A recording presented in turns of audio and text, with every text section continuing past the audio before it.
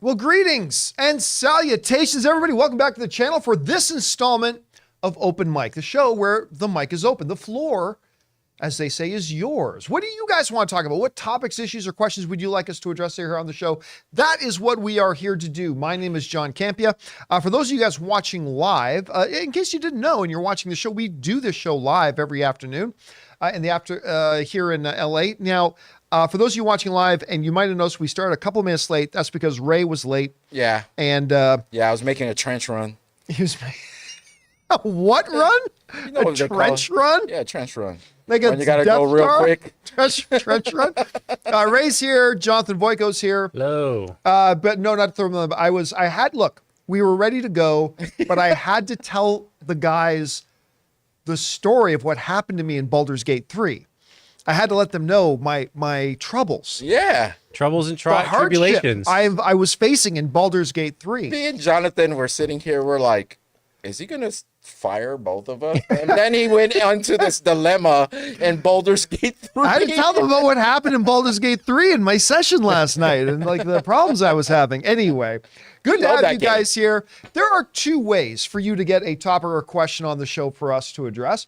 Now, the first way is if you're watching this video not live, like one of the other 23 hours of the day, you can send in a topic or question anytime 24/7 by using our tip link at www.streamelements.com/JohnCampea/tip.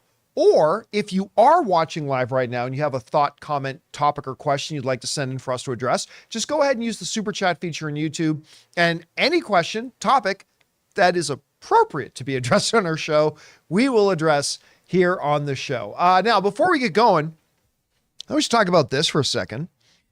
The one significant movie that's opening up this week. The only movie that's opening up this week is the new Denzel Washington Equalizer 3. Very quietly has snuck into theaters, because I don't know about you guys. I do this for a living. And yesterday I was like, wait, do Equalizer 3 comes out this week? Very quietly snuck into theaters. Coming into theaters. And I gotta tell you, I'm looking forward to this. I really like these This is me every morning, and you're encouraging me with that gun to do my work. I really like these Denzel movies. I like the Equalizer series very much. I think they're a lot of fun. But yeah, this one's been kind of ignored. They haven't put a lot of promo into it, and it's sneaking out. Well, the first reviews are now out. Woo! And they're okay. They're okay. On Rotten Tomatoes, as of right now, Equalizer 3 is holding a 61%. With not many 24? Reviews, like 23 reviews. When we first came up with this, the idea to cover this, it was like at 59. So it's up 2%. So it's gone. There you go. It's gone up as the day's gone on. By 8 o'clock tonight, 95%. There we go. Oh, wow. 63%. Well, so. Oh, it's at 63 right now. That's 61 up from 59. Do I need to reload my? Yeah, mine's at 63 now. Oh, wait a minute. I'm reloading my page. On the front page, it's 63. When you click on it, it's 61. This is crazy. Yeah, they don't sync properly sometimes. Yeah. So, but we'll go with 61 right now. Now, here are some of the things that these critics are saying about Let's hear it. So, San Francisco Chronicle is saying, despite its reductive tendencies, The Equalizer 3 is still superior to your standard Liam Neeson / Death Wish action flick. So they gave it a positive review. Also giving it a positive review, Consequence wrote, if you're intrigued by the idea of watching Denzel Washington straight up murder a crap ton of bad guys this weekend, but have never equalized before now, don't worry about being lost. The Equalizer 3 is exceptionally accessible for newcomers, which I guess actually that's really a good thing to know. Yeah, because Jonathan hasn't seen any of them. I haven't seen any. Yeah, so if you haven't seen any of the Equalizer films, no problem. Just go right in. You're going to be able to watch it. No problem. So they liked it. Also, IndieWire liked it. They said if this is the end of the Equalizer, it's a good one. That's pretty good. However, Hollywood Reporter didn't like it. Hollywood Reporter wrote, there's little to no suspense because there's never any doubt that McCall, who seems like a murderous automaton, rather than merely a veteran secret agent, will triumph over his adversaries. I've heard that said about the other Equalizer. So he's got a little Dom in him. A little bit of Dominic Toretto. Empire Magazine gave it a positive review with a solid conclusion to an unlikely trilogy and a fitting end to Robert McCall's character arc, with Washington still entertaining as a deliverer of slick justice.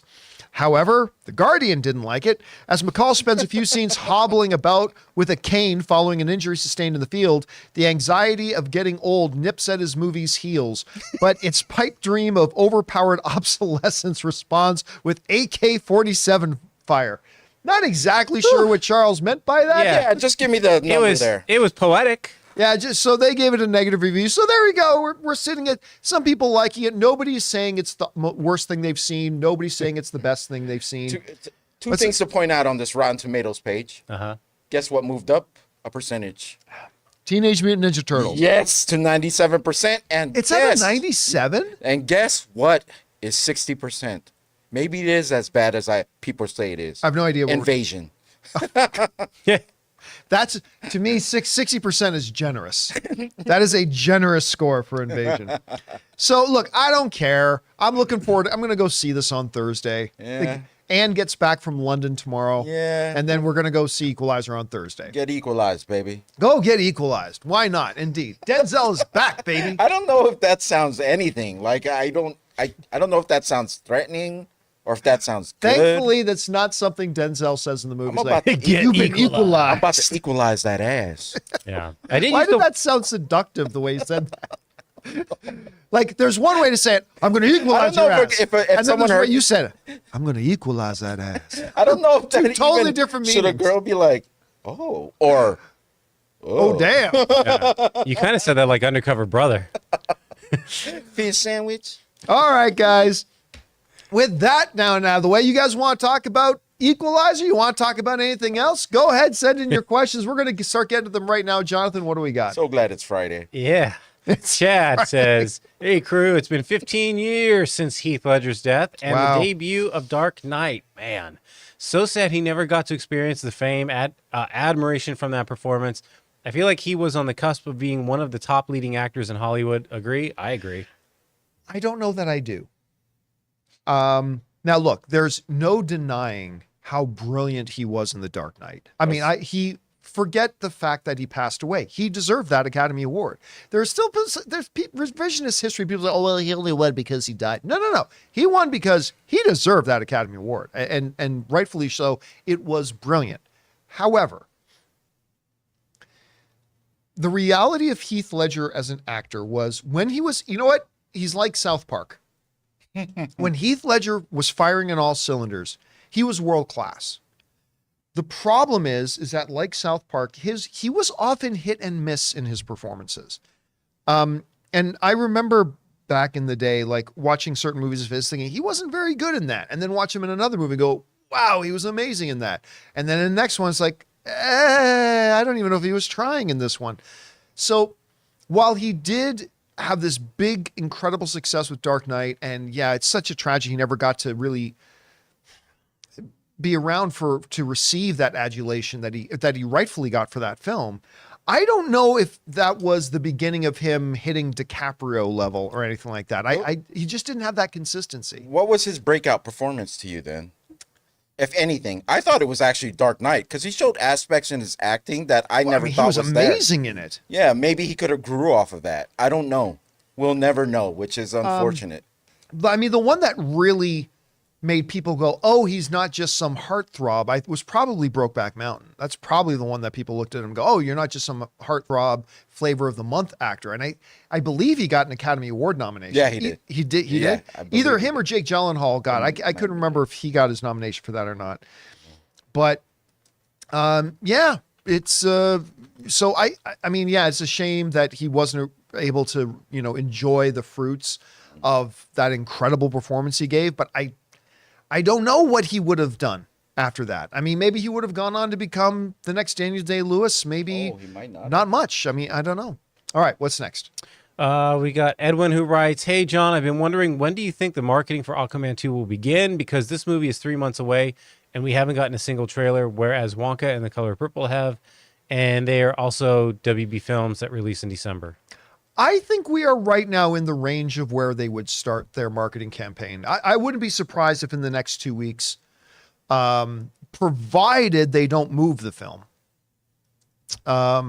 Because, Warner Brothers just moved Dune. And they mainly moved Dune because they have this big, huge list of A-list actors that are in that movie that can't promote the film. You kind of have that problem too with Aquaman because you got Jason Momoa, and you'd love to have Jason Momoa out there on the circuit promoting the movie. But at the same time, they may not move it because, number one, they probably would have announced it being moved by now. But number two, maybe they see it as a blessing not to do the press circuit, because with all the stories about the behind the scenes drama and the bad test screenings and the whole Amber Heard drama and all that kind of stuff, maybe they don't want to do a press junket for it. So, but anyway, if they do keep it where it's at, 3 months is right. Because when's the schedule to come out? December or November? Sorry, I was looking up Aquaman 2. I look think it was that up. supposed to come out in December, was it not? December 6th. I've got sequel. Okay, why isn't it game December 20? December. Okay, so right around the same time that the first one came out. So what are we in August? Yeah. September, October, November. No, we're still 4 months out.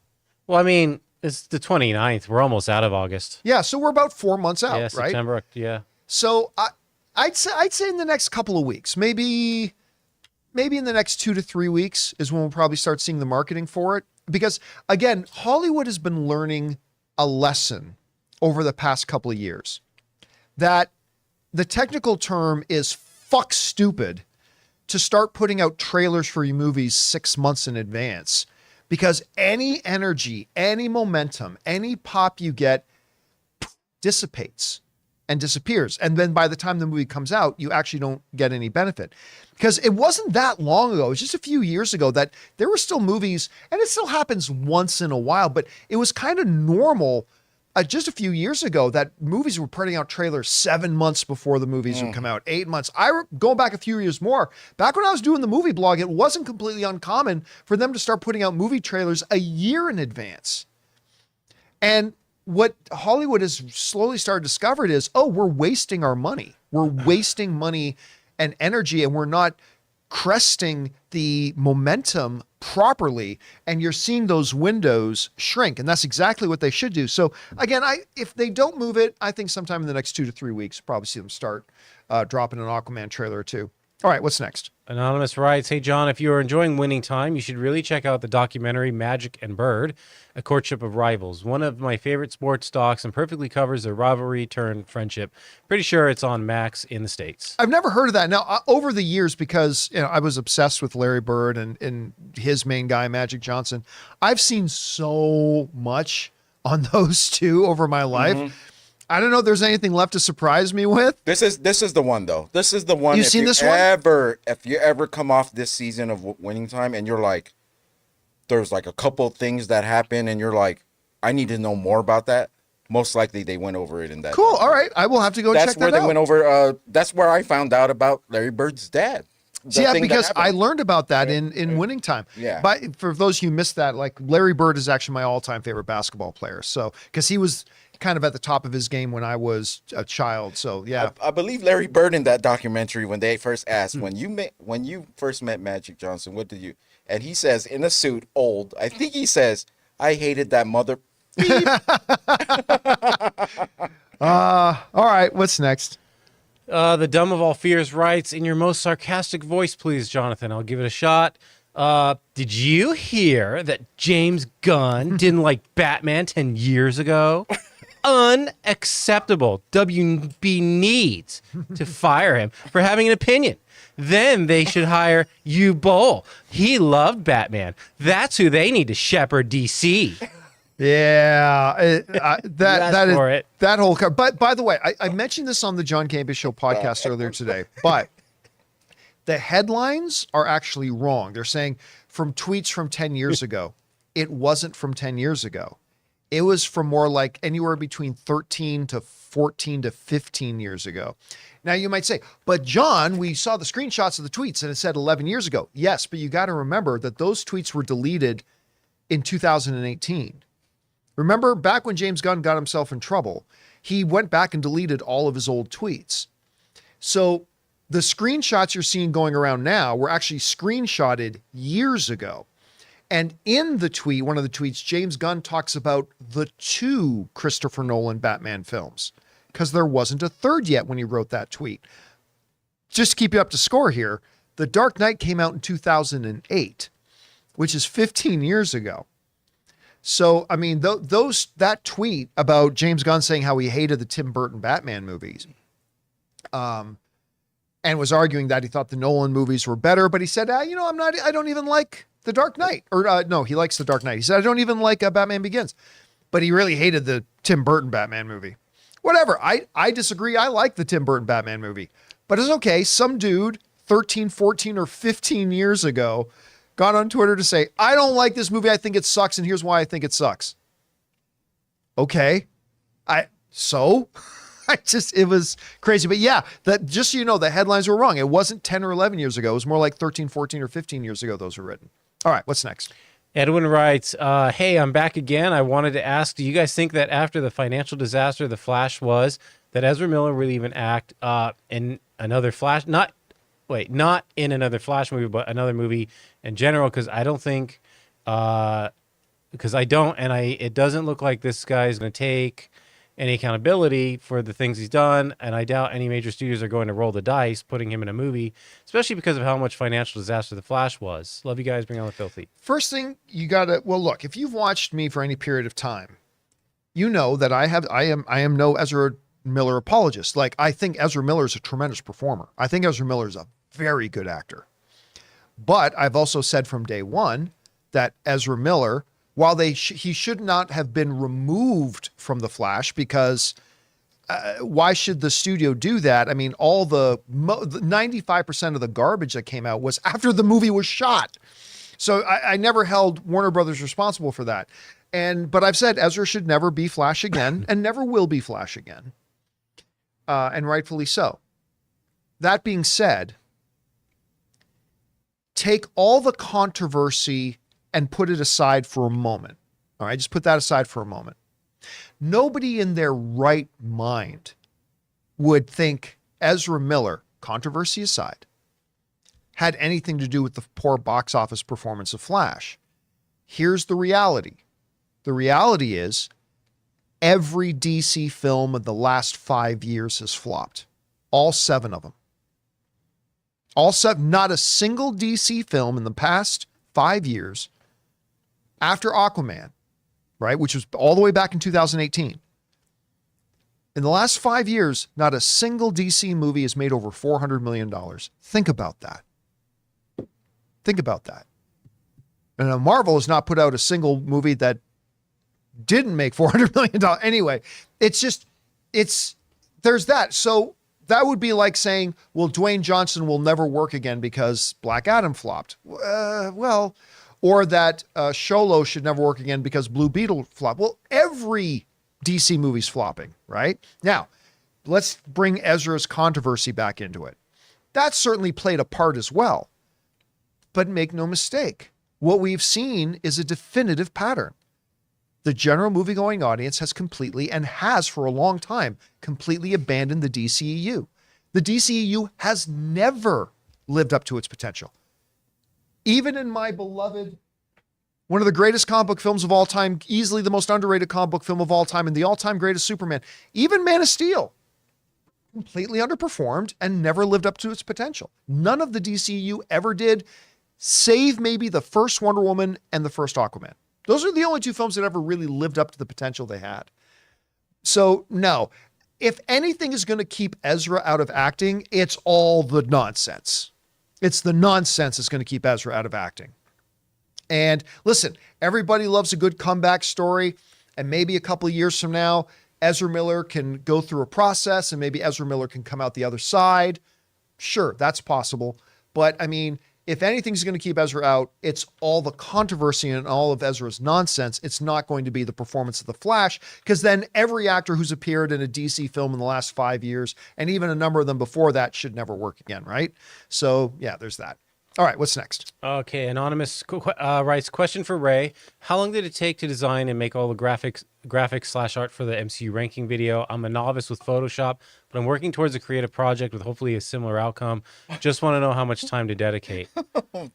There's a weird story, but we're not going to. But it like I said, when you start doing this a lot, you start having favorites of styles that you save in your Photoshop, and you build on those, and then you do it enough, then you start knowing how to work with smart objects and things, and then you have things all ready to go. I could say it took me from when I started working with you is when I started saving every single style that I went through. Every kind of template you design. Yeah, but there's something called style too. It's like when Yep. you do blending options, you could save all those, and you just start saving the ones you really I like. think from when I walked in and said, "Hey, we're going to do this," to when you had those graphics made, how much time do you think that was? Like 3 hours? No, that was like an hour and a half. I think. Okay, so but there's something you got to keep in mind. Ray does these sorts of things every day. So what will take him an hour and a half, you should probably budget 4 to 6 hours for yourself for that. And because not only does Ray have all of his templates and styles and all that kind of stuff, this is what Ray does. Yeah, Ray does this repetition. every day. He makes those sorts of things every single day for 10 years, right? So it may take him an hour and a half, but it's probably going to take you 5, 6, 7 hours to do Yeah, that. with time, you'll start building your own thing, and Yeah, then with people will ask repetition. you, and you'll be like, 30 minutes, you're done. All right, what I what's mean? next? Okay, and they follow up. Also, was that Ann Campea I saw heading into Wembley Stadium for All In? It had Probably. to be. It had to be. Yeah.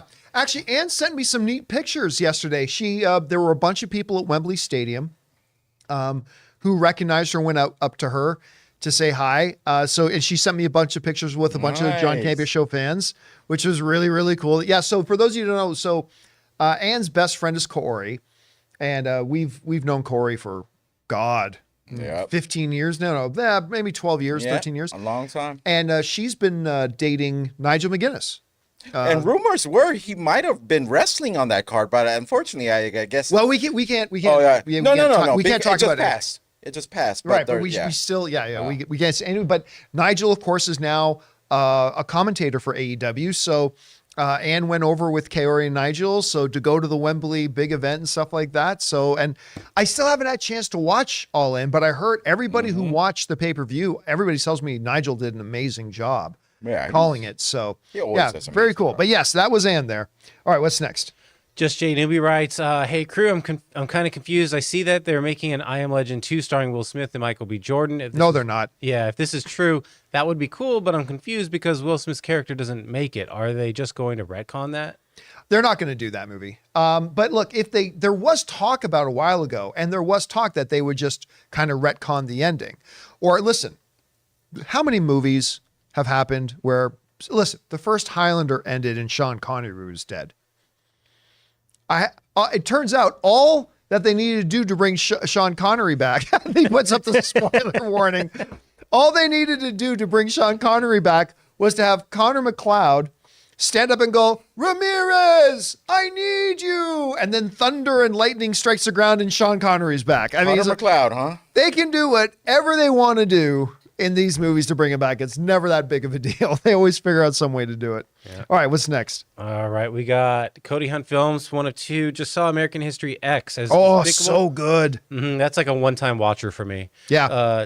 As despicable as his character was in the first half of the film, Norton was absolutely magnetic. Wild to me how he went from playing a character with such bravado to one that felt so emasculated in Fight Club just 1 year later.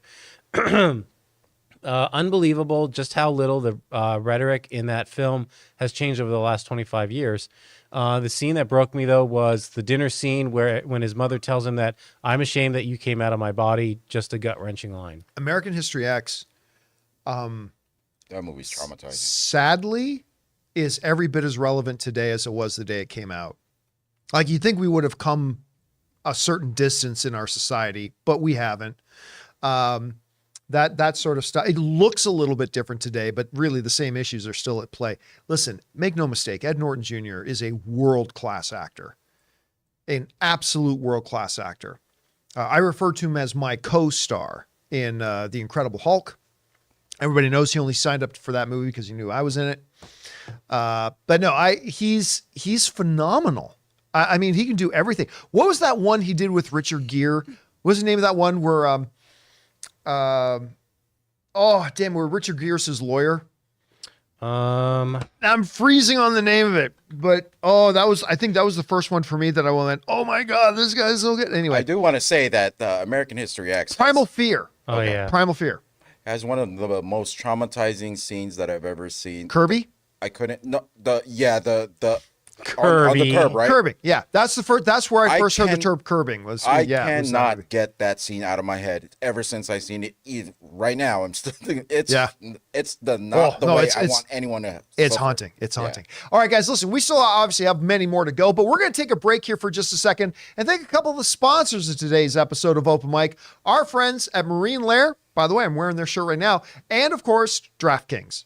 Guys, we want to take a second and thank the sponsor of today's video, Marine Lair. All of us as guys are always looking for shirts that look good, but more importantly, are comfortable. Now, I want you to imagine the softest thing you've ever worn, and that's Marine Lair. Marine Lair is the go-to brand for great fitting and stylish closet staples. Based out of California, where we are, Marine Lair clothes are that perfect mix of laid-back style that also looks and feels premium. And these t-shirts stay soft no matter how many times you wash them. It's time to invest in a wardrobe that will actually last. For a limited time, our listeners and viewers get an exclusive 15% off discount with the code Campea at marinelair.com. Like many of you guys, when I looked at Marine Lair's website, I could tell how good their clothes looked. But it wasn't until I got my hands on them and actually put them on that I knew just how unbelievably comfortable they are, which for me is the most important thing. And guys, how many times have you felt that you were in between sizes when buying clothes? What's cool about Marine Lair is that they have in between sizes. You finally no longer have to make that difficult choice between medium and large and extra large. I think we can all admit that the perfect tee is hard to find, but look no further than Marine Lair. For a limited time, get 15% off with the code Campea at marinelair.com. That's Campea for 15% off your entire order at marinelair.com. Saving your closet one shirt at a time.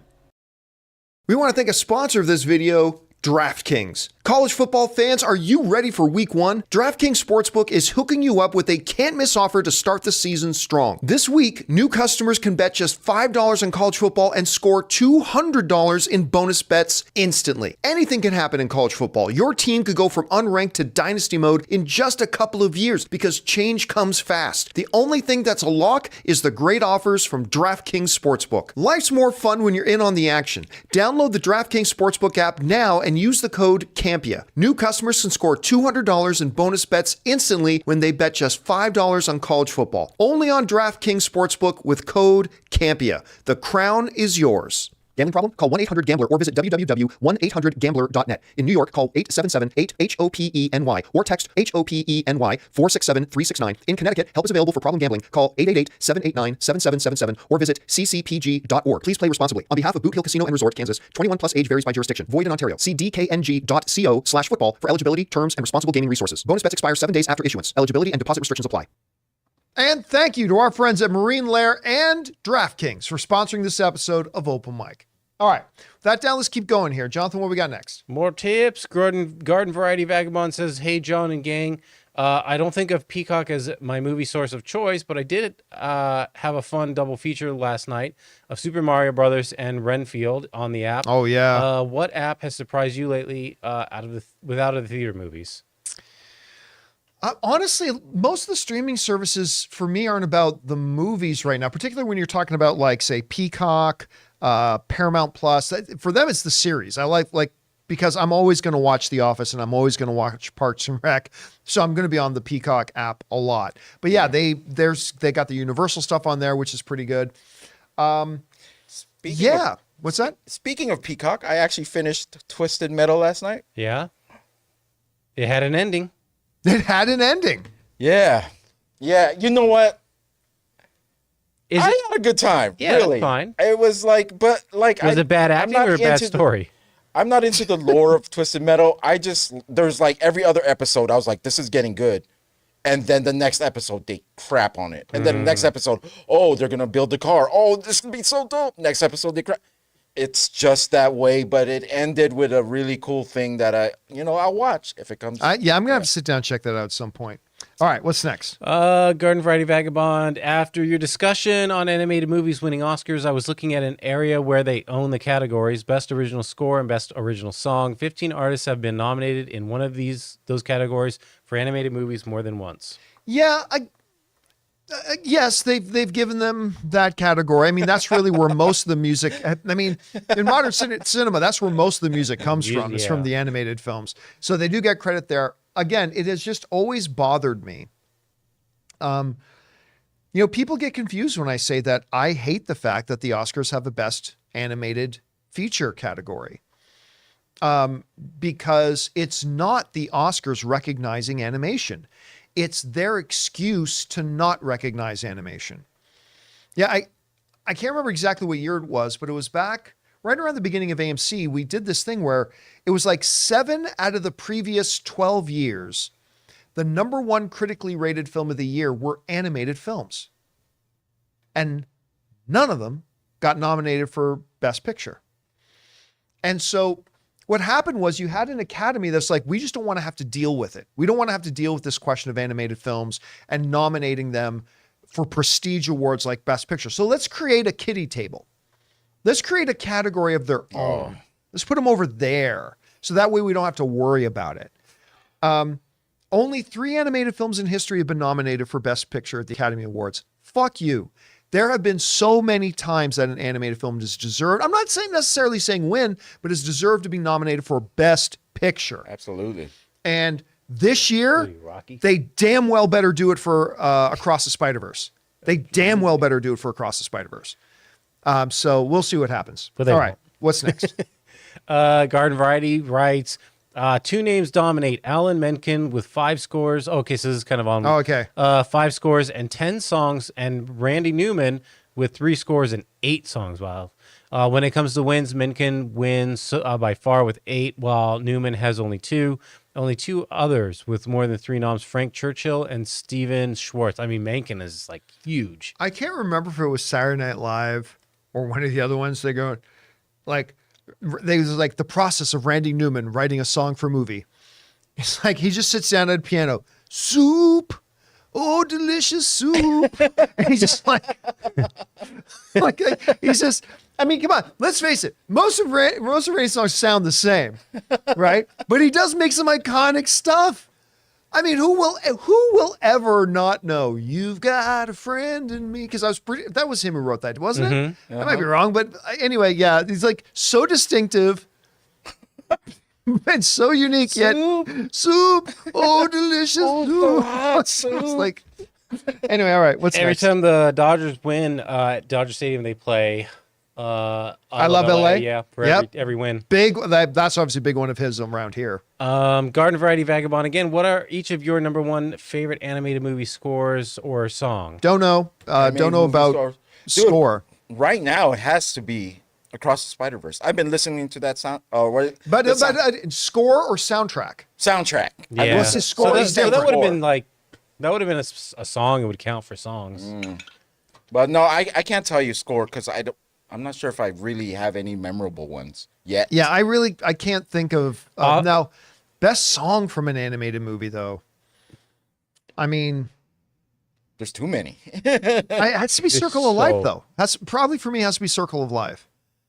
I mean, there's a lot of great songs and a lot of great animated films. Yeah. By the way, somebody asked me the other day, like, what's my favorite song in a movie? And I was like, I went back and forth, and I think I said, "This is your song that Ewan McGregor sings in Moulin Rouge." But I'd totally forgotten about Greatest Showman.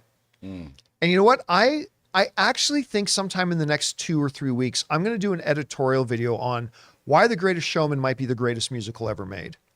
Because there are so many songs in that I'll stop what I'm doing and just listen to them. Like Rewrite the Stars is a fucking awesome song. Million Dreams is an awesome song. That's about the circus, right? So the Greatest Showman? The Well, circus? sort of, yeah. You No, ever I'm watched sorry, The I Greatest didn't- Showman? Clearly you have No, not I watched The haven't Greatest. seen it, so. You got it's amazing. From now on, that Hugh Jackman sings. Absolutely amazing. This is the greatest show. Absolutely amazing. But by far my favorite is Never Enough. Never Enough from The Greatest Showman might be the greatest song ever in a movie. Probably also the most difficult song to sing ever in a movie, but it's just so freaking good. If any of you guys have not watched The Greatest Showman, it very well might be the greatest musical movie ever made. Anyway, all right, what's next? Okay, we got Caden who writes, with Ahsoka's numbers being reported, I find it interesting that the first episode drew 1.2 million, while the second episode only drew 950,000. I feel like each time a new Star Wars project drops, you slowly are losing 5 to 10% of the audience that keeps giving it a shot. Yeah, but in Ahsoka's defense, though, keep in mind that that was for the first 5 days that the episodes were live, right? So it could be that a bunch of people watched the first episode and they'll get around to watching the second episode later, like maybe, 6 days from now, a week from now, whatever. So there's a little bit of that as well. What was more interesting to me was I think there was this perception that Ahsoka would be much bigger because, again, within this little neighborhood of these hardcore Star Wars animated fans, everybody loves Ahsoka, right? And I think within this little core, they forget that a lot of average moviegoers who just watch the Star Wars movies, never watch the animation, don't even know who Ahsoka Tano is. And I think finding out that it opened to like 50% less of an audience than Obi-Wan opened, which is, that's fine too, because Obi-Wan is obviously an extremely popular Star Wars character, but opened to even like 30% less than Mandalorian season 3 did, which was the lowest opening for any of the Mandalorian things. I think that was eye-opening. Now, let's see what happens though after week, say this week, next week, and the week after. Do we see the viewership start to go up in the first 5-day window, or do we see it decline? I don't know. We're going to have to see where it goes, and we're going to find out in what times are now? In 1 hour and 50 minutes, right? 1 hour and 50 minutes, we're going to be able to watch the next episode of Ahsoka, and we'll get a sense about which direction the whole thing's going. All right, what's next? All right, on to supers. Big Cookie writes, in response to the Blackberry trailer not looking great, the budget was only $5 million. It definitely has a low budget feel, but I really enjoyed it. Oh, I've never seen the trailer. I didn't even think there was a trailer. Yeah, I didn't even know such a thing exists. No idea. So I'm not saying the trailer looks bad. I've never seen the trailer. I'm just saying the movie itself had this feel that it was a movie some kid made for free and was handing it out on Hollywood Boulevard. But not because of the trailer. I've never seen the trailer. But it's a Canadian movie, and they're saying it could be in the running for a Best Picture nomination. I got to get on this. I got to watch this thing. See it. Yeah. All right, what's next? All right, Andy's back. Watched the Cars trilogy recently. I'm sorry, for the first time. The first Cars was about racing cars, so how did it become a super spy thriller in Cars 2? This is probably where FNF got their ideas from. I'll be honest with you. I totally forgot there was a Cars 3. Listen, in all the brilliance of Pixar, the Cars franchise is one that just never resonated. I don't know why. It just never resonated with me. My nephew loves Cars, loves the Cars It's huge with property. the kids, and like, it's huge at like the park and all that. It is. Cars It's, Land. yeah, you go to Disneyland. That area of the park Yeah. was always very popular. But after Cars 1, I saw Cars 2, was like, that's not great, and I didn't bother with 3 or Planes. Planes Planes was Disney, though. Planes was made by Disney. It was just very much in the Pixar style. Yeah. But yeah, I never. Now, look, the thing about Cars was the former head of all of Disney Animation, John Lasseter, Cars was his passion project because he grew up driving Route 66 with his family, and he always wanted to make that movie, Cars, and about Route 66 and everything. And so even if Cars flopped, which it didn't, but even if Cars did flop, John Lasseter was going to keep making those Cars movies. I mean, that was his passion project. And of course, he's not there anymore, so no more Cars movies. All right, what's next? Duck writes, I looked into the Milo and Otis some more, who someone wrote in about, and they literally throw a pug into a bear. You can see the bear go for the neck. Of course, the bear was also a trained bear. It wasn't like a wild bear. So that movie had issues for sure. I don't even write. That's the one where a lot of the dogs and the cats did not survive. Oh, that's right. You were talking about that the other day. Yeah, I'm not. I watching remember that. that. Sorry. No, that's. By the way, side note, Ray, a YouTube video I want you to watch with me because I think you're going to love it. I was just talking about Greatest Showman, the music in it. On one of those, it came up after I was watching that girl sing Never Enough. There was an audition on one of the Got Talent shows where they did it to the song of This Is the Greatest Show from The Greatest Showman, but it's this little 12-year-old girl with like 20 dogs, and they do this incredible act, like the best trained dogs I've ever seen. dope. It's really amazing, and you should watch that with me. Anyway, guys, listen, we still have a few questions to get through, but before we do, we're going to take another moment here and thank another sponsor of today's episode of Open Mic, my mobile service provider, and they should be yours, Mint Mobile.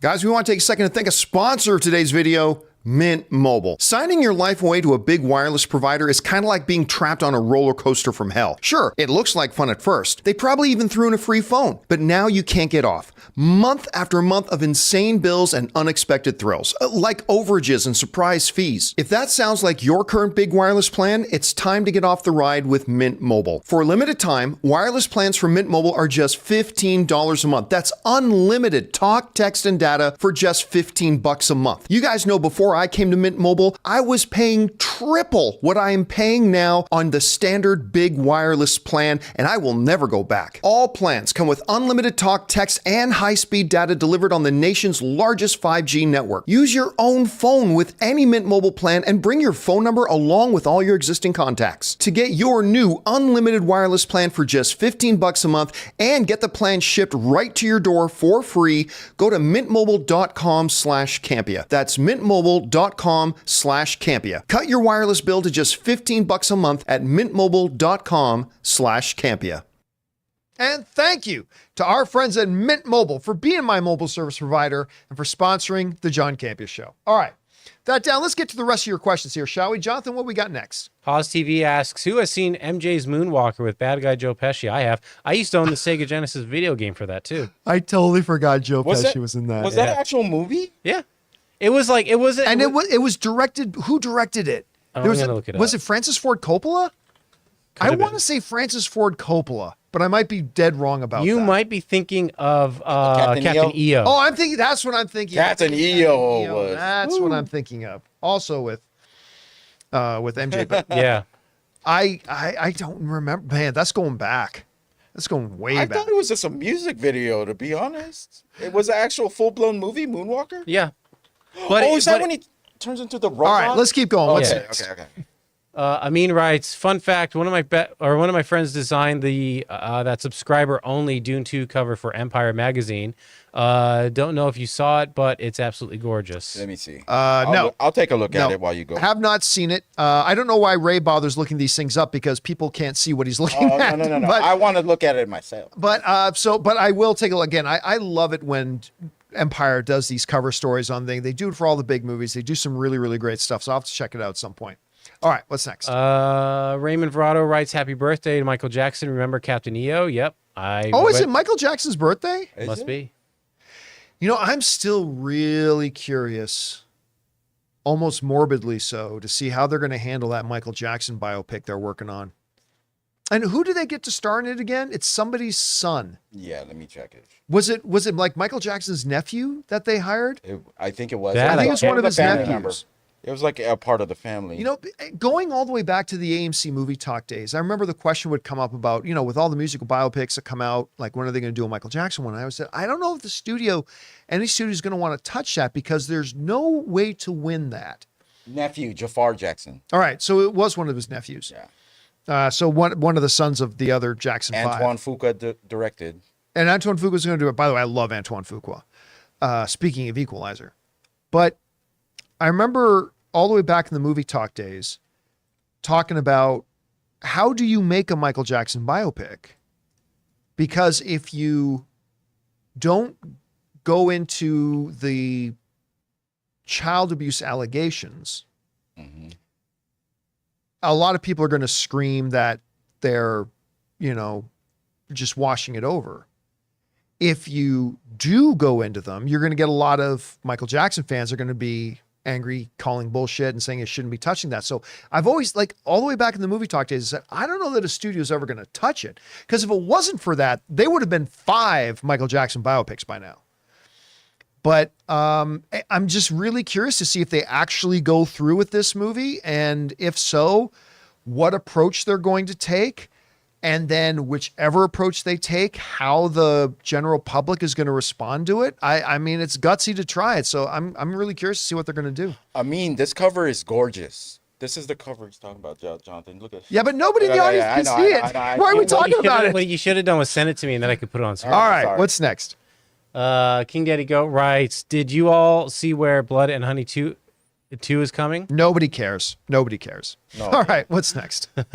Eddie Burton writes, with the Snyder Cut in the rear view and DC getting a reboot, did releasing the Snyder Cut do more harm than good with 2020 hindsight? I feel it did. I don't think so. I don't think it did more harm than good. I just don't think it did any good. I mean, at the end of the day, it really all it did was it made a certain small demographic of fandom kind of happy, but what did it ultimately accomplish? Nothing. And as a matter of fact, it cost a lot of Warner Brothers executives their jobs for the fact that they greenlit it. They had to shell out another $70 million just to make the damn thing. And it ultimately really didn't do what people thought it was going to do. And look, I say that as somebody who believes it is the superior version of the movie. That version of the movie is the superior version of the movie. I agree. But what was the point? I mean, that's the thing that always came down to for me was like, what's the point? But to say that it did more harm than good, I don't see how that would be true. I mean, at the end of the day, other than the fact that it cost Warner Brothers some money, right? And it lost them some money. Okay. But really, what harm? I mean, I think even if people didn't love it, I think it's fair to say that most people agree it was the better version of the movie, right? Yes, sir. And so now the one thing you might be able to say that caused harm was all of the fucking circus that surrounded the release the Snyder Cut. Like the fucking circus that surrounded, that definitely damaged the fandom. That 100%, that turned a lot of people off DC, that turned a lot of people off segments of fandom. But the movie itself, if all we're talking about is the movie itself, no, I don't think it's fair to say it did more harm than good. I don't think so at all. We got a better version of the movie. What was the point? There was no point, but did it do any harm? I don't think it did any harm. All right, what's next? Jason Nelson writes, Equalizer, kind of like Jack Reacher, but more violent. Okay. Yeah, I'm not sure which was around first. You know what? No, I'm going to go on a limb and I'm going to say Jack or Equalizer was around longer. Remember, Equalizer, that was a TV show back in the 80s. Oh, yeah, was it? that's Yeah. what I remember seeing. And Robert McCall was this older Englishman Oh, wow. who would go around and help. It was a television show. And then they tried to do, I think they relaunched the show. And I think David Morse. They did relaunch the show. Wait, David Queen Morse. Latifah, right? What's that? Wasn't it Queen Latifah? Oh, no, that's the third iteration of it. Oh, okay. Because So there was a Queen David Latifah. Morse version of it. Oh, David And Morse. now they've got a Queen Latifah version of it, or something like that. So yeah, there's that. All right, what's next? Fangblaze writes, maybe a minor plot hole. Did Spot even know Miles? What? Oh, did Spot even know Miles was Spider-Man? Is he going to kill a lot of dads and just hope he kills Spider-Man's dad? I think Spot's grand plan is a lot wider than that. I mean, so I don't think it's just about that one Miles, even though that one Miles is the one that started it. I don't know that it's just about him. Like by the time you get to the end of Across the Spider-Verse, Spot's vision has gotten a lot bigger, right? So it's about more than just that. He's not even thinking about Miles right now. He's like just probably still in his just head like a little bit. road bump right now. Yeah. Miles is a road bump. All right, what's next? Dildar the Glorious writes, how far you got in Baldur's Gate? John, I'm almost done with Act 2 and just can't put it down. I think I need an intervention. I don't even know where Act 1 ends. I mean, that's crazy. Well, see, then that's that's the sign of a problem when you don't even know where. No, acts I'm pretty are. sure I'm still in Act 1. I'm pretty sure. Like I cleared out the Goblin Keep. That took a while. I cleared that out. I just had a big drama with Lae'zel and Shadowheart, and so I completely screwed something up that I didn't realize was really going to F things up later down the line in the game, and I had to go back and blah, blah. So I'm pretty sure I'm still in Act 1, but having a very good time with it. All right, what's next? Duck Duck writes, I didn't like well, let's see, we'll skip over here. John Redcorn says, after Mario Brothers, Last of Us, and Gran Turismo, is this the best year for video game adaptations? Well, okay, first of all, Gran Turismo is not a video game adaptation. Yeah, it's based on a true story. Yeah, just be very, very clear about that. Gran Turismo is not a video game movie. It's not a video game translation. It's a true story event that happened around a video game, but it is not a video game movie. The thing about Mario Brothers is, look, I really enjoyed Mario Brothers. I liked it. It's not a great movie. Yeah. It's certainly enjoyable. Like, I had fun watching it, right? Yep. But, you know, when you get to the basic mechanics of good filmmaking, good storytelling, let's just say Mario Brothers isn't one of those animated films that deserves to be nominated for Best Picture at the Academy Awards. Let's just say that. But you are talking about a genre, a subgenre, if you will, that's never had good films with video game stuff, right? Like Right. Last of Us, well, it's a TV series, so it's a little bit different. Last of Us was the first truly excellent video game thing. Now, some people might say, well, John, what about Wreck-It Ralph? Wreck-It Ralph's not a video game movie. There was no video game called Wreck-It Ralph that it was based on. That's an original animated film. It doesn't sound like Five Nights at Freddy's is going to be it. But I don't know, maybe. Yeah, I don't know. Is any year the best year for video game movies? Right. We're still working our way towards that. Yeah, I'm still kind of working our way through on that. Yeah, And again, Last of Us was a television show, not a movie, so I don't know. All right. Well, I mean, you know what? Whatever year the first Sonic came out, Oh yeah. Oh, that's true. I'll say that's the best video game movie year. We're Whatever getting year there. Sonic came out. We're moving slowly to a good year. Yeah, maybe we'll get there, but the one that had the one good video game movie, we'll say that's the best year ever for video game movies. All right, what's next? Okay. Shamrock Vibes writes, if more films get delayed due to strikes, could studios revert back to theatrical time spent in cinema before COVID pandemic and leave movies in longer? Oh, like longer runs? No, that would just be short-sighted. Look, the reality is, look, I don't like the 45-day window. All right? I would prefer the pre-COVID full 90-day window. I think that's better. I think it's better for the business. I think that's better for the industry, and I think it's better for fans. That being said, I wasn't, and to this day, I'm not completely against the 45-day window. Like, it's fine, because the reality is the way movie-going patterns happen today, by day 45, it's very rare that a movie is still getting audiences out at day 45. Now, I still think there's a lot of benefit for those movies to then have a period of time where it disappears, right? That a movie has done its theatrical run, it disappears, and then a couple months later, boom, you put in another marketing push. Now on home video. I think absence makes the heart grow fonder. I think it builds anticipation. I think it gets people excited. And I just personally think it's better for the business to do that. But again, after 45 days, people aren't going anyway. So let's take Teenage Mutant Ninja Turtles. A really good movie. Mm-hmm. No one's going to the theater at 45 days to still see it.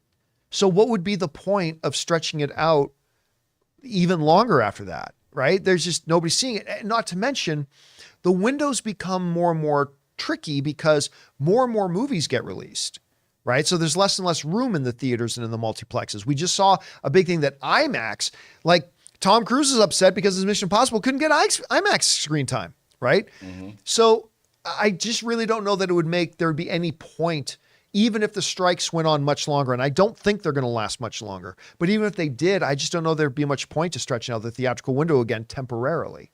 All right, what's next? Big Mike writes, hey, John, heard you talk about 2004's BSG on the show before. Just finished it, and I'm absolutely mind blown. Maybe my favorite series finale. Not sure what BSG is, though. Battlestar Battlestar Galactica. To me, single greatest television show in history. Single greatest television show in history is Battlestar Galactica. Oh, wow. And I was somebody who was a fan growing up as a kid. I used to watch the old Lorne Greene, Dirk Benedict, Battlestar Galactica. But the new one is nothing short of mind-blowing. it is some of the absolute best storytelling, best weaving of mythology in with like really, really deep mythology in with something that tries to feel grounded while it's sci-fi all at the same time with religious overtones, science, and it's mind-blowing. And for me, an insanely satisfying ending. Like a really, really satisfying ending. And it's hard. I mean, don't get me wrong. The series finale wasn't as good as, say, Star Trek The Next Generation series finale. That, to me, is the greatest series finale ever. But as a show, my absolute number one favorite television show of all time. I'm glad you watched it, man. It's because it's just so good. All right, what's next? Okay, Miguel writes, what's the inflection? Is it Mabuhay or Mabuhay? Mabuhay. Mabuhay. John and crew. Filipinos represent. Peace. Salamat po. My friend, thank you so much for that. And that'll do it. Wow. For today's installment of the John Campea Show Open Mic. And we are so glad you guys were here and made this show part of your day. A big special thank you to all you guys who sent in the questions. Number one, because you gave us really interesting and fun things to talk about. But number two, you supported our channel as you did it. And all of us involved with the show, thank you guys so very much for your support. So, for Ray Ora, Yep. Jonathan Voico. See you guys later. My name's John Campea, everybody. And until next time, my friends, bye-bye.